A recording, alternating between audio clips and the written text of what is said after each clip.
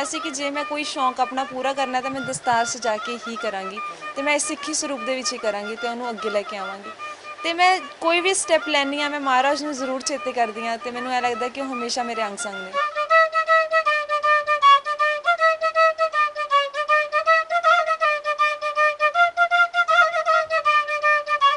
Net 'ਤੇ search ਕੀਤਾ ਕਿ ਕੋਈ ਕੁੜੀ ਸਾਹਮਣੇ ਆਏ ਤੇ ਜਦੋਂ ਸਾਨੂੰ ਕੋਈ ਕੁੜੀ ਨਹੀਂ ਦਿਖੀ ਤਾਂ ਉਦੋਂ ਅਸੀਂ ਇੱਕ ਸਟੈਪ ਲਿੱਤਾ ਕਿ ਜਿੱਥੇ ਅਸੀਂ ਅਨਾਉਂਸ ਕਰ ਸਕੀਏ ਕਿ ਸਾਨੂੰ ਇੱਕ ਵਰਲਡ ਦੀ ਪਹਿਲੀ ਕੁੜੀ ਅਨਾਉਂਸ ਹੋਈ ਹਾਂ ਮੈਂ।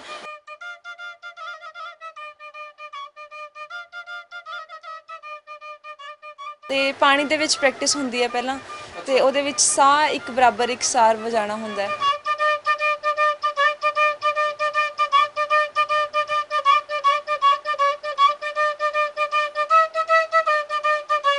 जी बिल्कुल, मैं इंटरनेशनली भी प्ले कर चुकी हाँ, अलगोजे भी, गतका भी, तो मैं मुंडिया की टीम में भंगड़ा भी किया होया है।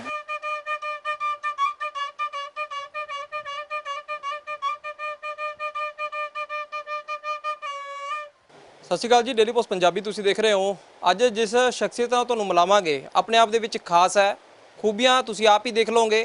गल करांगे अलगोजे दी। पंजाब दे सभ्याचार दे मुख अंग दे तौर ते अलगोजे नूं सुणदे आ असीं भंगड़िਆਂ ਦੇ ਵਿੱਚ ਤੇ आम तौर ਤੇ ਵੀ ਜਿਹੜਾ ਕਿ अलगोजे ਦੀ ਧੁਨ देखो सुनाई ਦਿੰਦੀ ਹੈ ਜਦੋਂ ਬਹੁਤ ਸਾਰੇ ਗੀਤਾਂ ਦੇ ਵਿੱਚ ਵੀ ਜਾਂ ਕਈ ਕਿ ਲੋਕ ਨਾਚਾਂ ਦੇ ਵਿੱਚ ਵੀ ਉਹਨੂੰ ਖੂਬਸੂਰਤ ਬਣਾਉਂਦੇ ਨੇ। ਅਨੁਰੀਤ ਸਾਡੇ ਨਾਲ ਨੇ। ਅੱਧੀ ਤਾਂ ਤੁਸੀਂ ਚੀਜ਼ ਸਮਝ ਹੀ ਗਏ ਹੋਵੋਗੇ ਕਿ ਅਨੁਰੀਤ ਨਾਲ ਗੱਲ ਕਰਦੇ ਕਿਉਂਕਿ ਹੁਣ ਅਨੁਰੀਤ ਨੂੰ ਹਰ ਕੋਈ ਜਾਣਦਾ ਹੈ। ਇੰਡੀਆ ਬੁੱਕ ਆਫ ਰਿਕਾਰਡਸ ਦੇ ਵਿੱਚ ਉਹਦਾ ਨਾਮ ਆ ਚੁੱਕਿਆ ਤੇ ਬਕਾਇਦਾ ਤੌਰ ਤੇ ਜੇ ਕਹੀਏ ਕਿ ਮੋਹਾਲੀ ਪ੍ਰਸ਼ਾਸਨ ਵੀ ਸਨਮਾਨਿਤ ਕਰ ਰਿਹਾ, ਸਰਕਾਰ ਸਨਮਾਨਿਤ ਕਰ ਰਹੀ ਹੈਗੀ 15 ਅਗਸਤ ਦੇ ਉੱਤੇ ਤੇ ਵਿਸ਼ੇਸ਼ ਤੌਰ ਤੇ। ਅਨੁਰੀਤ ਪਹਿਲਾਂ ਤਾਂ ਬਹੁਤ ਬਹੁਤ ਮੁਬਾਰਕਾਂ ਤੁਹਾਨੂੰ, ਦੋ ਉਪਲਬਧੀਆਂ ਮਿਲ ਗਈਆਂ ਨੇ। ਸਤਿ ਸ਼੍ਰੀ ਅਕਾਲ ਜੀ ਸਾਰਿਆਂ ਨੂੰ, ਧੰਨਵਾਦ ਜੀ ਤੁਹਾਡਾ ਬਹੁਤ ਬਹੁਤ। ਅਨੁਰੀਤ, ਅਲਗੋਜ਼ੇ ਦਾ ਜਿਵੇਂ ਦੇਖੀਏ ਕਿ ਤੁਸੀਂ ਜਿਹੜੀ ਸਿੱਖਣਾ ਸ਼ੁਰੂ ਕਰਿਆ ਹੁਣ ਤੋਂ ਪਹਿਲਾਂ ਵੀ ਕਿਤੇ ਲੱਗਦਾ ਨਹੀਂ ਕਿਸੇ ਕੁੜੀ ਨੇ ਸ਼ਾਇਦ ਅਲਗੋਜ਼ੇ ਵਜਾਉਣਾ ਸ਼ੁਰੂ ਕੀਤਾ ਹੋਵੇ। ਕਿਵੇਂ ਆਇਆ ਮਨ 'ਚ ਕਿ ਮੈਂ ਅਲਗੋਜ਼ਾ ਸਿੱਖਾਂ? जी मैं वर्ल्ड की पहली कुड़ी हैगी हाँ जी। असी जिन्नी टाइम तो मैं सीख रही हाँ असी सारे टाइम असी नैट ते सर्च किया कि कोई कुड़ी सामने आए तो जो सानू कोई कुड़ी नहीं दिखी तो उदों असी एक स्टैप लिता कि जिथे असी अनाउंस कर सके कि सानू एक वर्ल्ड की पहली कुड़ी अनाउंस हुई हाँ मैं। तो मेरे उस्ताद जी का प्रोग्राम से उत्थे अनाउंस किया गया सी मैनू कि मेरी बेटी अगे आएगी मेरे डैड वालों, मेरे पिता जी सरदार नरेंद्रपाल सिंह नीना जी। तो फैमिली की मैंने फुल सपोर्ट रही है, फैमिली ने हमेशा सपोर्ट किया, हर चीज़ अगे लैके आए ने। तो उतों दी मैं अपना सफ़र शुरू किया अलगोजिया का। शुरू तो नहीं लग्या होना भी ये एडी दूर बुक इंडिया बुक रिकॉर्ड च नाम आ जाएगा तो एक इकलौती अनूरीत बन जाएगी जिहड़ी कि अलगोजे बनाने वाली हुण तक दी कुड़ी है जी। जो स्टार्ट किया उदों थोड़ा औख हुई सी इस चीज़ आने लई कि फूक की प्रैक्टिस करनी, जी सारी साह पलटाना, क्योंकि पुराने बजुर्गों दी धारनावां ने कि कुड़ियाँ विंड इंस्ट्रूमेंट नहीं वजा सकदियां। तो उदों जो मैनू ये चीज़ पता लगी कि बजुर्गों ने भी कही हुई है कि कुड़ियाँ विंड इंस्ट्रूमेंट नहीं वजा सकदियां, उदों शायद मैनू उदों एक चीज़ मैनू लगी सी कि शायद कोई ना कोई कुड़ी नूं अगे आना चाहिए जिस चीज़ नूं उन्हां नूं थोड़ा किसी नूं बकअप कर सकां कि कोई भी कुड़ी कोई भी चीज़ कर सकती है, कोई भी ਇਹੋ ਜਿਹੀ चीज़ नहीं हैगी ਜਿਹੜੀਆਂ ਕੁੜੀਆਂ नहीं कर सकदियां। शायद लगता होगा कि आखिरकार ਇਹਦੀ ਜਿਹੜੀ ਬਣਾਉਣ ਦੀ ਜਿਹੜੀ ਵਜਾਉਣ ਦੀ ਟੈਕਨੀਕ ਹੈ ਜੇ ਕਹੀਏ ਕਿ ਸ਼ਾਇਦ ਉਹ ਜ਼ਿਆਦਾ ਔਖੀ ਹੈ ਕਿਤੇ ਨਾ ਕਿਤੇ। ਪਰੇਸ਼ਾਨੀ ਮੇਨ ਕੀ ਆਉਂਦੀ ਹੈ ਅਲਗੋਜ਼ੇ ਨੂੰ ਲੈ ਕੇ? ਕਿਉਂਕਿ ਆਮੂਮਨ ਤੌਰ ਤੇ ਵੀ ਦੇਖਦੇ ਆ ਵੀ ਕੋਈ ਜ਼ਿਆਦਾ ਤੌਰ ਤੇ ਲੋਕ ਨਹੀਂ ਹੈਗੇ ਵੀ ਜਿਹੜੇ ਵਜਾਉਂਦੇ ਹੁਣ, ਬੜੇ ਪਰਟੀਕੂਲਰ ਜਿਹੇ ਲੋਕ ਹੈਗੇ ਨੇ ਜਿਹੜੇ ਅਲਗੋਜ਼ੇ ਨੂੰ ਉਚਾਉਂਦੇ। ਜੀ ਸਾਹ ਨੂੰ ਪਲਟਾਣਾ ਹੁੰਦਾ ਹੈ, ਇਨਹੇਲ ਐਕਸੇਲ ਹੁੰਦਾ ਹੈ, ਆਪਾਂ ਢਿੱਡ ਤੋਂ ਸਾਹ ਖਿੱਚਣਾ ਹੁੰਦਾ ਬਿਲਕੁਲ। ਤੇ ਫੂਕ ਟੁੱਟਣੀ ਨਹੀਂ ਚਾਹੀਦੀ, ਜਿੱਥੇ ਫੂਕ ਟੁੱਟੇਗੀ ਉੱਥੇ ਅਲਗੋਜ਼ੇ ਤੁਹਾਡੇ ਬੰਦ ਹੋ ਜਾਣਗੇ। ਤੇ ਪਾਣੀ ਦੇ ਵਿੱਚ ਪ੍ਰੈਕਟਿਸ ਹੁੰਦੀ ਹੈ ਪਹਿਲਾਂ ਤੇ ਉਹਦੇ ਵਿੱਚ ਸਾਹ ਇੱਕ ਬਰਾਬਰ ਇੱਕ ਸਾਰ ਵਜਾਣਾ ਹੁੰਦਾ ਹੈ। ਤੇ ਸ਼ੁਰੂਆਤ ਹੀ ਨਹੀਂ ਔਖੀ, ਅੱਧੇ ਲੋਕ ਤਾਂ ਉੱਥੇ ਛੱਡ ਜਾਂਦੇ ਹੋਣੇ ਸਾਹ। ਜੀ ਬਿਲਕੁਲ, ਉਸਤਾਦ ਜੀ ਨੇ ਇਹੀ ਚੀਜ਼ ਕਹੀ ਸੀ ਕਿ ਇੱਕ ਪੁਆਇੰਟ ਇਹੋ ਜਿਹਾ ਹੋਏਗਾ ਜਿੱਥੇ ਔਖ ਹੋਏਗੀ, ਸਾਨੂੰ ਔਖ ਮਹਿਸੂਸ ਹੋਏਗੀ।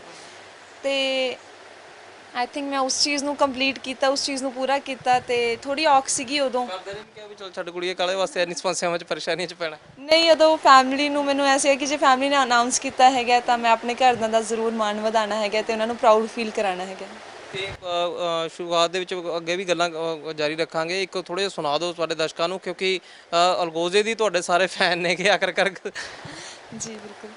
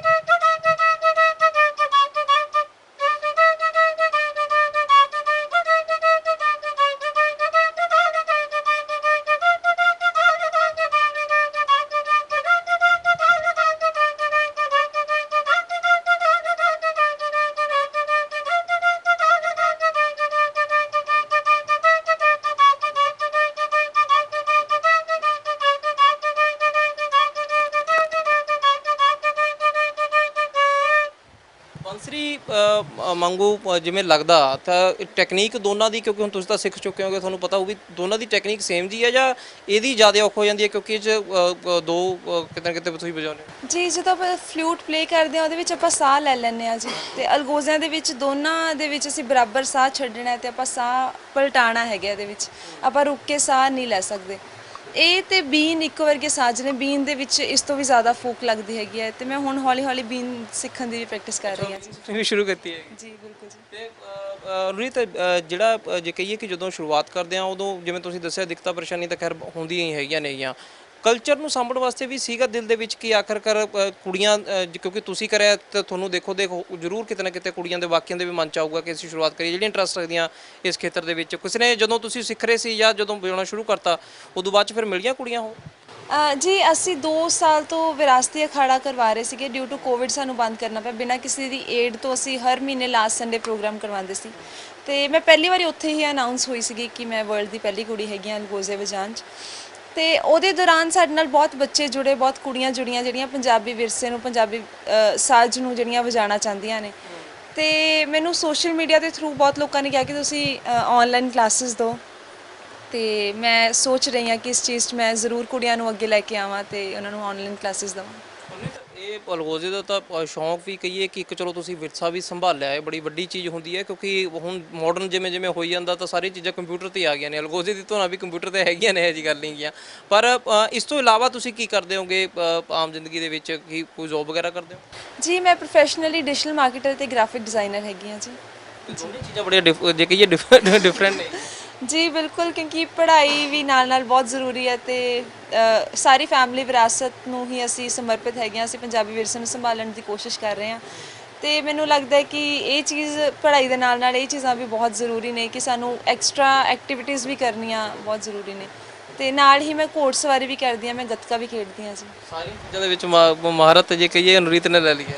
ਜੀ ਬਿਲਕੁਲ, ਮੈਂ ਇੰਟਰਨੈਸ਼ਨਲੀ ਵੀ ਪਲੇ ਕਰ ਚੁੱਕੀ ਹਾਂ, ਅਲਗੋਜ਼ੇ ਵੀ, ਗੱਤਕਾ ਵੀ, ਤੇ ਮੈਂ ਮੁੰਡਿਆਂ ਦੀ ਟੀਮ 'ਚ ਮੈਂ ਭੰਗੜਾ ਵੀ ਕੀਤਾ ਹੋਇਆ ਬਾਹਰ ਜਦੋਂ। ਦੱਸੋ, ਤੁਹਾਡਾ ਮੈਂ ਜ਼ਿਕਰ ਪੜ੍ਹ ਰਿਹਾ ਸੀਗਾ ਕਿਤੇ ਕਿ ਜਦੋਂ ਇੱਕ ਘਟ ਗਿਆ ਸੀਗਾ ਜਦੋਂ ਫਿਰ ਤੁਸੀਂ ਵਿੱਚ ਪਾਰਟਿਸਿਪੇਟ ਕੀਤਾ। ਜੀ ਕਿਉਂਕਿ ਐਵੇਂ ਹੁੰਦਾ ਕਿ ਜਦੋਂ ਕਿਸੇ ਨੇ ਬਾਹਰ ਟੀਮ ਲੈ ਕੇ ਜਾਣੀ ਹੁੰਦੀ ਹੈ ਤਾਂ ਇੱਕ ਲਿਮਿਟਿਡ ਜਾਣੇ ਜਾਂਦੇ ਨੇ ਜਿਸ 'ਚ ਮਲਟੀ ਟੈਲੈਂਟਡ ਹੋਣ, ਸਾਰੇ ਸਾਰਾ ਕੁਝ ਕਰ ਸਕਣ। ਤੇ ਮੈਂ ਉਦੋਂ ਮੁੰਡਿਆਂ ਦੀ ਟੀਮ ਦੇ ਵਿੱਚ ਐਜ਼ ਅ ਮੁੰਡਾ ਬਣ ਕੇ ਗਈ ਸੀ ਉੱਥੇ ਮੈਂ ਜੀ। ਤੇ ਮੈਂ ਤੁਹਾਨੂੰ ਪਤਾ ਨਹੀਂ ਲੱਗਿਆ ਫਿਰ ਉਦੋਂ ਕਿਹਨਾਂ ਨੂੰ ਤਾਂ ਨਹੀਂ ਪਤਾ ਲੱਗਣਾ, ਬਾਅਦ ਚ ਫਿਰ ਪਤਾ ਲੱਗਿਆ ਹੋਣਾ ਵੀ ਇਹ ਕੁੜੀ ਨੇ ਕਿਉਂਕਿ ਉਦੋਂ ਚਾਦਰਾ ਪਾਇਆ ਹੋਇਆ ਸੀਗਾ, ਪੱਗ ਬੰਨੀ ਹੋਈ ਸੀ ਸਿਰ ਤੇ ਉਦੋਂ ਨਹੀਂ ਪਤਾ ਲੱਗਿਆ। ਜਦੋਂ ਬਾਅਦ 'ਚ ਸਭ ਨੂੰ ਦੱਸਿਆ ਤੇ ਸਾਰੇ ਬੜੇ ਖੁਸ਼ ਹੋਏ ਸੀਗੇ। ਬਹੁਤ ਇਹ ਦੇਖਿਆ ਜਾਵੇ ਤੁਹਾਨੂੰ ਨਾਲ ਇਹ ਵੀ ਦੱਸ ਦਿੰਦੇ ਆ ਕਿ ਜਿਹੜਾ ਇਹਨਾਂ ਨੇ ਆਪਣੇ ਫਾਦਰ ਦਾ ਜ਼ਿਕਰ ਕਰਿਆ, ਹੁਣ ਤਾਂ ਖੈਰ ਬਹੁਤ ਸਾਰੇ ਲੋਕ ਜਾਣਨ ਲੱਗੇ ਕਿਉਂਕਿ ਅਨੁਰੀਤ ਜਦੋਂ ਸਰਚ ਹੁੰਦੀ ਹੈ ਵੈਬ ਤੇ ਤਾਂ ਨਾਲ ਦੀ ਨਾਲ ਆ ਜਾਂਦਾ। ਨਿੰਦਰਪਾਲ ਨਹੀਂ, ਤੁਸੀਂ ਸੁਣਦੇ ਹੋ ਕਿ ਪੰਜਾਬੀ ਫਿਲਮਾਂ ਦੇ ਵਿੱਚ ਤੁਸੀਂ ਅਮੂਮਨ ਤੌਰ ਤੇ ਪੁਲਿਸ ਦੇ ਰੋਲ ਦੇ ਵਿੱਚ ਹੋਵੇ, ਵਿਲਨ ਦੇ ਰੋਲ ਦੇ ਵਿੱਚ ਹੋਵੇ, ਕਈ ਚੀਜ਼ਾਂ ਜਿਹੜੇ ਅਲੱਗ-ਅਲੱਗ ਪਾਰਟਿਸਿਪੇਟ ਕਰਦੇ ਨੇਗੇ। ਇੱਕ ਚੰਗੇ ਪੰਜਾਬੀ ਐਕਟਰ ਦੇ ਤੌਰ ਤੇ ਵੀ ਲੋਕ ਉਹਨਾਂ ਨੂੰ ਦੇਖਦੇ ਨੇਗੇ।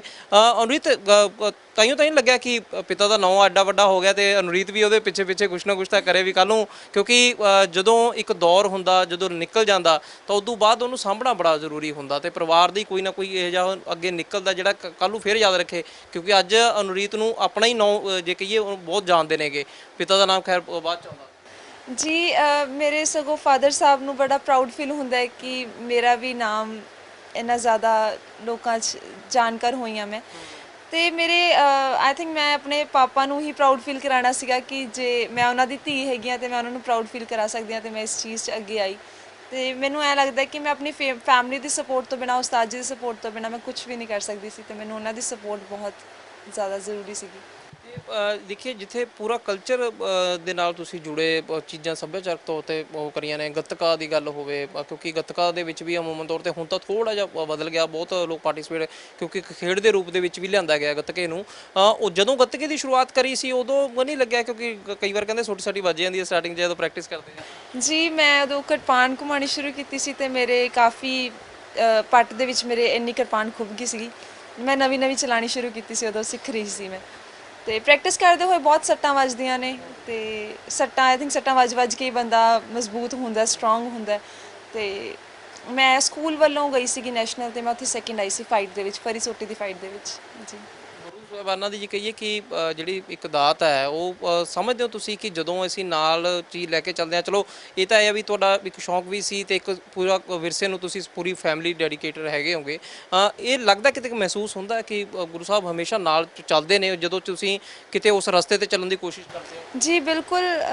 ਮੈਂ ਦਸਤਾਰ ਸਜਾਈ ਹੈਗੀ ਹੈ, ਮੈਨੂੰ 6 ਸਾਲ ਹੋ ਗਏ ਅੰਮ੍ਰਿਤ ਛਕਿਆ ਨੂੰ।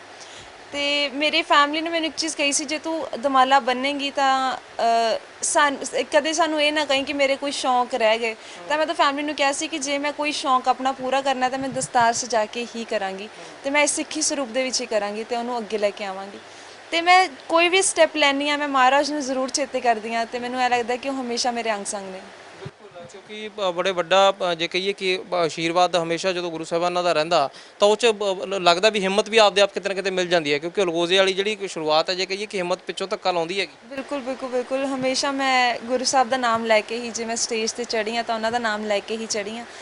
ਤੇ ਮੈਨੂੰ ਇਹ ਲੱਗਦਾ ਕਿ ਸ਼ਾਇਦ ਉਹਨਾਂ ਦਾ ਮੈਨੂੰ ਹਮੇਸ਼ਾ ਇੱਕ ਚੀਜ਼ ਹੀ ਮੈਂ ਚੇਤੇ ਰੱਖਦੀ ਹਾਂ ਕਿ ਮੈਨੂੰ ਹਮੇਸ਼ਾ ਸਪੋਰਟ ਹੈਗੀ ਹੈ, ਗੁਰੂ ਸਾਹਿਬ ਦੀ ਸਪੋਰਟ ਹੈਗੀ। ਗੁਰੂ ਸਾਹਿਬ ਨੇ ਇੰਨਾ ਹਿੰਮਤ ਬਖਸ਼ੀ ਹੈਗੀ ਹੈ ਤੇ ਮੈਂ ਅੱਗੇ ਆ ਸਕੀ ਹਾਂ। ਅਖੀਰ ਚ ਪੁੱਛੂੰਗਾ ਮੇਰਾ ਕਿ ਇਹ ਫਿਰ ਪਤਾ ਕਿਵੇਂ ਲੱਗਿਆ, ਕਿਉਂਕਿ ਨਾਲ ਨਾਲ ਤੁਹਾਨੂੰ ਦਿਖਾ ਦਿੰਦੇ ਆ ਇਹ ਇੰਡੀਆ ਬੁੱਕ ਆਫ ਰਿਕਾਰਡਸ ਦਾ ਜਿਹੜਾ ਹਾਲਾਂਕਿ ਅਸੀਂ ਪਹਿਲਾਂ ਵੀ ਕਈ ਤੁਹਾਨੂੰ ਮਾਹਰ ਦਿਖਾਏ ਨੇਗੇ। ਇਹਦੇ ਵਿੱਚ ਇੱਕ ਮੈਡਲ ਹੁੰਦਾ ਹੈ, ਪੈਨ ਹੁੰਦਾ, ਬਹੁਤ ਸੋਹਣਾ ਬੈਚ ਹੁੰਦਾ ਹੈ ਤੇ ਆਈ ਕਾਰਡ ਹੁੰਦਾ ਹੈਗਾ, ਤੇ ਨਾਲ ਇੱਕ ਆਪਦੀ ਬੁੱਕ ਉਹ ਦਿੰਦੇ ਨੇ ਜਿਹਦੇ ਵਿੱਚ ਤਮਾਮ ਨਾਮ ਜਿਹੜੇ ਸ਼ਾਮਲ ਹੁੰਦੇ ਨੇ। ਅੱਗੇ ਨੂੰ ਖੈਰ ਹੁਣ ਅਨੁਰੀਤ ਦਾ ਵੀ ਹੋ ਗਿਆ ਤੇ ਇੱਕ ਜਿਹੜੀ ਐਪਰੀਸੀਏਸ਼ਨ ਲੈਟਰ ਹੁੰਦਾ। ਅਨੁਰੀਤ ਇਹ ਆਇਆ ਤੇ ਉਸ ਤੋਂ ਬਾਅਦ ਜਿਹੜਾ ਫਿਰ ਪ੍ਰਸ਼ਾਸਨ ਦੇ ਵੱਲੋਂ ਤੁਹਾਨੂੰ ਸਨਮਾਨਿਤ ਕੀਤਾ ਜਾਣਾ, ਇਕੱਠੇ ਜੇ ਆਏ ਮੈਸੇਜ ਜਾਂ ਅਲੱਗ-ਅਲੱਗ ਸੀ? ਜੀ ਇਹ ਅਪਲਾਈ ਕੀਤਾ ਸੀਗਾ ਜਦੋਂ ਇੰਡੀਆ ਬੁੱਕ ਆਫ ਰੈਕੋਰਡਸ ਦਾ। ਉਸ ਤੋਂ ਬਾਅਦ ਮੈਨੂੰ ਹੁਣ 2 ਦਿਨ ਪਹਿਲਾਂ ਹੀ ਕਾਲ ਆਈ ਹੈਗੀ ਹੈ ਜੀ ਉੱਧਰੋਂ ਦੀ ਵੀ ਕਿ ਮੈਨੂੰ ਸਨਮਾਨ ਕੀਤਾ ਜਾਏਗਾ। ਬਹੁਤ ਤੁਹਾਨੂੰ ਦੁਬਾਰੇ ਫੇਰ ਇੱਕ ਵਾਰ ਬਹੁਤ ਬਹੁਤ ਮੁਬਾਰਕਾਂ। ਧੰਨਵਾਦ ਜੀ। ਇੰਨਾ ਵੱਡਾ ਨਾਮ ਤੁਸੀਂ ਜਿਹੜਾ ਰੋਸ਼ਨ ਕਰਿਆ ਜੀ। ਬਿਲਕੁਲ ਤੁਸੀਂ ਦੇਖਿਆ ਕਿ ਆਖਰਕਾਰ ਇਹ ਚੀਜ਼ਾਂ ਸੌਖੀਆਂ ਨਹੀਂ ਹੈਗੀਆਂ। ਸੁਣ ਲਾਨੇ ਆ ਬਹੁਤ ਸੋਹਣਾ ਲੱਗਦਾ ਤੇ ਅਖੀਰ ਦੇ ਵਿੱਚ ਵੀ ਤੁਹਾਨੂੰ ਸੁਣਾਵਾਂਗੇ ਇੱਕ ਵਾਰੀ, ਕਿਉਂਕਿ ਅਲਗੋਜ਼ੇ ਦੀ ਜਿਹੜੀ ਧੁਨ ਹੈ ਉਹ ਜਦੋਂ ਵੀ ਕਿਤੇ ਕੋਈ ਸੁਣਦਾ, ਕਿਉਂਕਿ ਕਈ ਗਾਣਿਆਂ ਦੇ ਵਿੱਚ ਤੁਸੀਂ ਮਿਕਸਚਰ 'ਚ ਸ਼ਾਇਦ ਬਹੁਤੇ ਨਵਿਆਂ ਨੂੰ ਨਹੀਂ ਪਤਾ ਹੋਣਾ ਕਿ ਅਲਗੋਜ਼ਾ ਵੱਜ ਰਿਹਾ, ਪਰ ਉਹਦਾ ਲੈ, ਉਹਨੂੰ ਵਜਾਉਣ ਦਾ ਤਰੀਕਾ ਤੇ ਉਹਦਾ ਜਿਹੜਾ ਸੁਰ ਨੇ ਉਹ ਆਪਣੇ ਆਪ ਦੇ ਵਿੱਚ ਇੱਕ ਬੇहद ਖਾਸ ਰਹਿੰਦੇ ਨੇ। ਤੇ ਪੰਜਾਬੀ ਕਲਚਰ ਦਾ ਸਭ ਤੋਂ ਵੱਡਾ ਜੇ ਕਹੀਏ ਕਿ ਕਿਉਂਕਿ ਆਮ ਤਾਂ ਸਾਡਾ ਸਾਰਾ ਪੂਰਾ ਕਲਚਰ ਹੀ ਰਿਚ ਹੈਗਾ, ਪਰ ਕਿਤੇ ਨਾ ਕਿਤੇ ਅਲਗੋਜ਼ਾ ਅਹਿਮ ਜਿਹੜੀ ਥਾਂ ਰੱਖਦਾ ਹੈਗਾ। ਤੇ ਕਿਹਾ ਜਾ ਸਕਦਾ ਕਿ ਜਿਵੇਂ ਜਿਵੇਂ ਹੁਣ ਅਨੁਰੀਤ ਨੇ ਕੋਸ਼ਿਸ਼ ਕਰੀ ਹੈ ਤਾਂ ਬਾਕੀ ਕੁੜੀਆਂ ਵੀ ਅੱਗੇ ਆਉਣਗੀਆਂ। ਫਿਲਹਾਲ ਹਜੇ ਤੱਕ ਅਨੁਰੀਤ ਇਕੱਲੀ ਹੈ ਜਿਹੜੀ ਕੁੜੀ ਵਿਸ਼ਵ 'ਚ ਅਸੀਂ ਕਹੀਏ ਤਾਂ ਅਲਗੋਜ਼ਾ ਵਜਾਉਂਦੀ ਹੈ, ਤੇ ਇਹ ਇੱਕ ਮਾਣ ਹੈ ਜਿਹੜਾ ਹੁਣ ਉਹਨੂੰ ਮਿਲਿਆ ਹੈ। ਤੇ ਕਹਿ ਸਕਦੇ ਹਾਂ ਕਿਤੇ ਨਾ ਕਿਤੇ ਅੱਗੇ ਕੋਸ਼ਿਸ਼ਾਂ ਨੇ ਜਿਹੜੀਆਂ ਉਹਦੀਆਂ ਹੋਰ ਵੀ ਜਾਰੀ ਰਹਿਣਗੀਆਂ। ਲਾਸਟ ਦੇ ਵਿੱਚ ਤੁਹਾਨੂੰ ਫਿਰ ਅਲਗੋਜ਼ਾ ਸੁਣਾ ਦਿੰਦੇ ਹਾਂ, ਕਿਉਂਕਿ ਇਹ ਸ਼ੁਰੂਆਤ ਅਲਗੋਜ਼ੇ ਦੀ ਤੇ ਅਲਗੋਜ਼ੇ ਦੇ ਅੱਜ ਇੰਨਾ ਵੱਡਾ ਨਾਮ ਕਰਿਆ ਅਨੁਰੀਤ ਦਾ। ਅਨੁਰੀਤ ਲਾਸਟ ਇੱਕ ਵਾਰੀ ਫਿਰ ਥੋੜ੍ਹਾ ਜਿਹਾ ਡਿਫਰੈਂਟ ਜਿਹਾ ਸੁਣਾ ਦਿਓ ਸਾਨੂੰ, ਸਾਡੇ ਦਰਸ਼ਕਾਂ ਨੂੰ।